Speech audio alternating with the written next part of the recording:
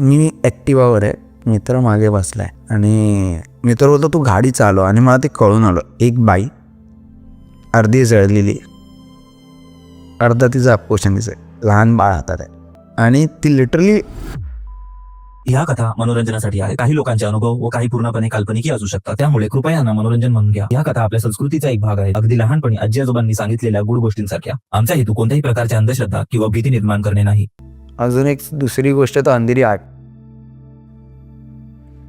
आता ती पण गोष्ट ती तर कोणी सांगितली नव्हती आम्हाला. काय आम्ही गेलेलो, बाईकवर गेलेलो रात्री 2-3 वाजता. तिथे ना एक चांगलं राहुल करून एक त्याचं शॉप आहे, तिथे पुलाव वगैरे रात्रीचं भेटतं. जे रिक्षावाले टॅक्सीवाले वगैरे रात्रीचं किंवा फिल्म इंडस्ट्रीचं पूर्ण तो म्हाडा आणि तो 4 बंगला एरिया आहे, तर तिकडे खायला जायचं असतं. तर हे लोक, आम्ही पण तिथे खायलाच गेलेलो. तिथून येतोय, सिग्नल लागलाय, क्रॉस करून आम्हाला जायचं आहे. मी ॲक्टिवावर आहे, मित्र मागे बसला आहे आणि मित्र बोलतो तू गाडी चालव. आणि मला ते कळून आलं, एक बाई अर्धी जळलेली, अर्धा तिचं अपोषण दिसत, लहान बाळ हातात आहे आणि ती लिटरली चालत आली आहे. एक तिची बॉर्डर असेल तिथपर्यंत होते, ती आम्हाला रागाने बघत होती.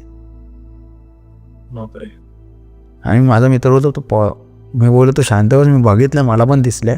मी पळवत घेऊन गेलो गाडी, थांबवलीच नाही. मी लिटरली त्याच्या बिल्डिंगच्या आत घुसवली, त्याच्या बिल्डिंगच्या आत जाऊन थांबलो थोडंसं, कारण की तिथे शंकराचं मंदिर आहे आणि मी देवावरती जास्त विश्वास ठेवतो. माझा आहे, म्हणजे माझं खूप गणपती बाप्पांवर विश्वास आहे, शंकरावर आहे, स्वामींवरती आहे. सो तिथे थांबलो आम्ही, शांततेत बसलो. जायची हिंमत होत नव्हती, कारण की मला परत घरी मालाडला त्याच रस्त्याने जायचं होतं. तेव्हा मी लिटरली सकाळी 5 वाजेपर्यंत थांबली.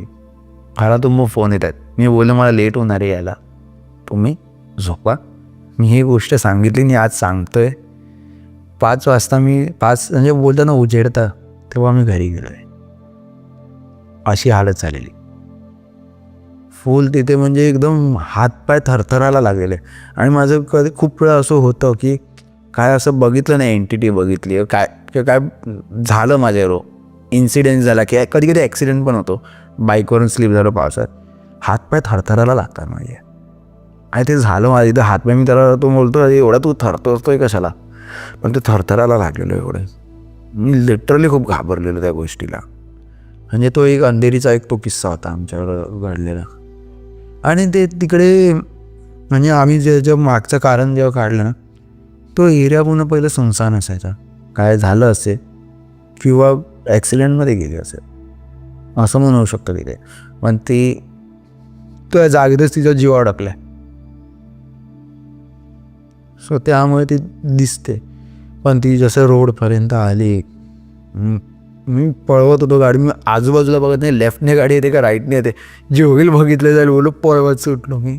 बापरे, पळवतास भाई जाऊ दे, सिग्नल तुटले ना चालेल, फाईन पडली ना चालेल, काय हरकत नाही मला. पण भाई गाडी थांबवायची नाही, कारण की एकदा गाडी थांबवली का काय झालं, एकटा असं तर गोष्ट वेगळी, कोणतरी असतं जबाबदारी. आपल्या मित्र असलं तरी तो त्याच्या जबाबदारीवर येतोय बोलतोय, पण आपल्याला जमत नाही ना, कारण की लहानपणीचा मित्र आहे. सो ते थोडंसं एक असतं. आणि तो मित्र तर म्हणजे एकदम जवळचा आहे, फर्स्ट स्टँडर्डपासून आमची मैत्री. सो त्यामुळे काही कांड केले असतील स्कूलमध्ये आणि ते आत्तापर्यंत ते एकत्रच केले. सो त्याच्या घरी जाऊन मी थांबलो. मग मला जायची हिंमतच होत नव्हती घरी, एवढं मी घाबरलेलो. 2 इन्सिडेंट झालेले आमच्यावर अंधेरीला. आणि तुला दुसरं कोणता अनुभव शेअर करायचा आहे? माझ्याबरोबर झालेलं एर्नाकुलमला 2022चं होतं. पॅन्डेमिक ओपन झालेलं, पूर्णपणे नाही झालेलं, एप्रिलची वगैरे गोष्ट आहे. हां, मार्चला मी एकदा केरळला गेलेलो रेखी करायला, एक इव्हेंटसाठी. मी कंपनीचं नाव नाही घेणार, कारण की ती कंपनी स्टील अजून आहे, तर आता आम्ही कामं नाही करत आहे कंपनीसाठी.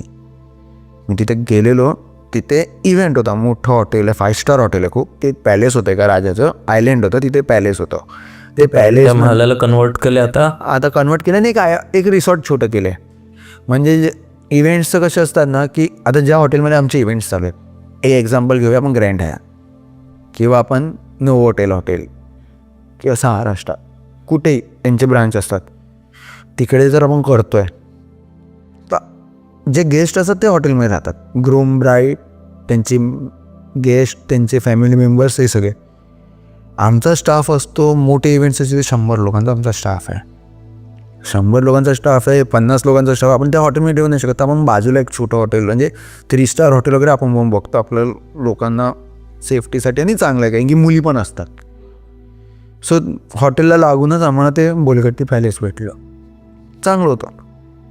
आणि खरं तुम्ही कधी गेलात ना, तुझ्या माध्यमातून सांगतो त्या बोलगट्टी पॅलेसला जावा, ते चांगलं आहे. म्हणजे बाई तू कधी बघशील ना की रूमच्या खालीच समुद्र आहे, एकदम सुंदर. शांत वातावरण, एकदम सुंदर वातावरण. मी एक रात्र काढली, मला आवडलेलं. सो मी तिकडे परत एप्रिलला आम्ही गेलो. त्यावेळेला इव्हेंट होता. एप्रिल मिड वगैरे होता, 2nd-3rd वीक चालू असेल, आणि आम्ही गेलेलो. उन्हाळा होता, पण तिथे आम्हाला एक कळलं ते पाऊस कधी येतो, आणि केरला साईडला पाऊस असतो. सो आम्ही त्याची तयारी ठेवून गेलेलो. तर इव्हेंटला ना काहीतरी माझं वाचलं, बॉस बरोबर माझं वाजलं. सो त्यामुळे me on the way on set event सोडला. मी तिथे बोललो ना नाहीच करायचं. माझी टीमने पण सोडलं, मी पण सोडला. माझी टीम बोलली का आम्ही लोक जातो आहे घरी, आम्हाला नाही करायचं आहे. आणि मी बोललो तुम्ही जात आहेत कशाने ना, माझी फ्लाईट म्हणजे फ्लाईटची लास्ट मोमेंटला 15-20 हजार तिकीट, 10,000 तिकीट, जाणार कसं. सगळे बोलले ठीक आहे, सगळ्यांची फ्लाईट झाली. मी बोललो आता एवढ्या लांब आलो होतो भाई, केरला पण फर्स्ट टाईम आलो आहे, थोडं तरी फिरलं पाहिजे. डायरेक्ट येऊन घरी जाणार काय मला योग्य नाही वाटत होते. मी इथून निघालो, मी गुगल केलं, एर्नाकुलम करून एक स्टेशन होतं, तिथे हॉटेल्स वगैरे होते, आणि ते होतं सिटी होती आपली मुंबई सिटीसारखी. रात्रभर तिथे आपल्याकडे मरीन ड्राईव्ह आहेत ना, त्यांच्याकडे पण मरीन ड्राईव्ह आहे तिथे.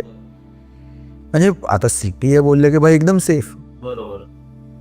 मी स्टेशनच्या बाजूला हॉटेल घेतलं एक, मेट्रो स्टेशन, रेल्वे स्टेशन बाजूला, त्याच्या बाजूला हॉटेल मिडलमध्ये होतं. मी हॉटेल घेतलं. रात्री गेलो 11:30च्या वेळेला. मी बोला मला रूम हवा आहे, मला राहायचं आहे. तर बोला आत्ता अवेलेबल नाही, उद्या दुपारी एक रूम होणार आहे. एकच रूम आहे 3ऱ्या माळ्यावर. मुलं दे बाबा, आता रात्र तर काढायची आपण, की आपण मुंबईचं दादर स्टेशन नाही की भाई आपण रात्रभर हॉटेल म्हणजे दादर स्टेशनवर राहिलो आणि घरी निघून गेलो, किंवा आपण हॉटेल दुसरं इश्यू घेतलं. थकलेलो, फुल डे टायर्डमध्ये गेलेला, पहिलाच फ्रस्ट्रेट होतो थोडं. घेतला रूम, आणि भाई रूम पण असा डेंजर होता ना, हा स्टुडिओ एवढाच रूम असेल, या रूम एवढा रूम. आणि भाई सॉरी, मेंटल हॉस्पिटलमध्ये कसे ते बांधून ठेवतात, बेड कसा असतो तसा बेड, गादी होती. मी बोललो एक छोटासा ओनिडाचा टी व्ही, छोटासा टी व्ही लावलं, फ्रेश वगैरे झालं. बोललो आता थकलो आहे, बाहेर खालून हॉटेल होतं त्यांचं, तिथून खायला मागवलं, जेवलो वगैरे, झोपतो. आणि उन्हाळा, नॉन AC रूम, तो पंखा चालतो तेवढा चालतो आहे. 5 वेळ ठेवला तरी तो भाई गरम होत होतं. भाई मी शर्ट काढलं, झोपलो मी डायरेक्ट. मला अर्धा 1 तासाने असं जाणवलं कोणतरी मला बघतंय. भाई बघतंय. रूम आतून लॉक, बाथरूम बंद ठेवली आहे, खिडक्या बंद, एकच खिडकी होती बंद, पडदा बिडदा लावून पूर्ण अंधार करून थकलो एवढं. झोप लागत नाही, कोणतरी बघतंय. लिटरली कसं झालं, माझं बेड आहे ना, कोणतरी बघतं खालच्या साईडने, बेडच्या खाली. म्हणजे खाट कशी असते आपली हॉस्पिटलमध्ये, खाट कशी असते, खाली कोणी जाऊ शकतं, तिथून कोणतरी बघतं असं मला झालं. आणि खाली बघितलं, भाई पहिल्यांदा काय नाही, दुसऱ्यांदा पण काय नाही. मी बोललो तेल लावत गेलो, झोपतो आता कसंही करून झोपतो. 3:30-4 आहे ना, लिटरली तो बेडच्या खाली कोणतरी दिसत होतं असं झालं. रूममध्ये कोणतरी फिरते असा भास जावा लागला मला.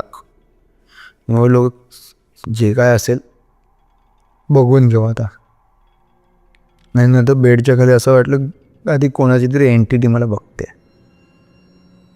एक तर थकलो आहे, माणूस झोपतो, पण हालत खराब. उन्हाळ्यात पाणी झालेलं होतं पुन्हा कामाने. माझा हात थरथरा आणि असं काही झालं ना माझ्या हात थरथरतात आणि माझ्या हात थरथरायला लागल्या. सकाळ जशी झाली मी तर डायरेक्ट बोललो की बाई मला तो रूम आत्ताचा तर चेंज करून दे. आई रूम क्लीन नाही झाली. चालेल बोललो. मी आज जातो त्या रूममध्ये, मी फ्रेश वगैरे होतो, तू पण क्लीन कर. AC वाला रूम घेतला मी. तरी मला तिकडे मी 3 दिवस राहिलेलो. खूप फिरलो, खूप मजा केली. एकटा होतो, सोलो ट्रिप. मी आपल्याला आवडतं करायला. खूप मजा केली. पण बोलतात ना की तो इन्सिडेंट मी ज्या ज्या वेळेला इथे झोपायचो त्या रूमला जाऊन, मी दुसरा रूम घेतला त्याच हॉटेलमध्ये. पण ते असं वाटलं सगळं कोणतरी बस स्टेअर करते, कोणतरी माझ्यावर लक्ष ठेवणं. स्टील निघूपर्यंत मला ते जाणवलं. आणि निघताना भाई मी तो म्हणजे तर होती दुपारची वेळची ट्रेन माझी. मी निघालो बॅग घेऊन. हॉटेलकडे बघितलं, एका लहान मुलगा मला दिसला तिकडे. शेवटला त्याने प्रेझेंट मला क्लिअर करून दिलं की भाई मी तिथे आले आहे. तो मला पहिलंच हॉटेलवाला बोललेला, वो रूम में कोई जाता नहीं है, आप भी मत जाओ, आप दुसरं हॉटेल देख लो. त्याच्यावर 3-4 हॉटेल मी बघून झालो, नाहीच भेटलं मला. रूमच नव्हते अवेलेबल. एप्रिलचा महिना, मुलांना सुट्टी असते, फॅमिली थोडं फिरतात. सो तेच झालं माझ्याबरोबर. आणि तो मुलगा दिसला आणि त्याच्यानंतर मी कानाला खडा लावला आहे, केरळाला जाईल. मग त्या हॉटेलमध्ये परत कधी नाही जाणार. तर ती साईड म्हणजे साऊथ केरला वगैरे, साऊथ एर्नाकुलम वगैरे मी जाणार नाही. कारण की केरला एक प्रकार आपल्या कोकणासारखाच आहे.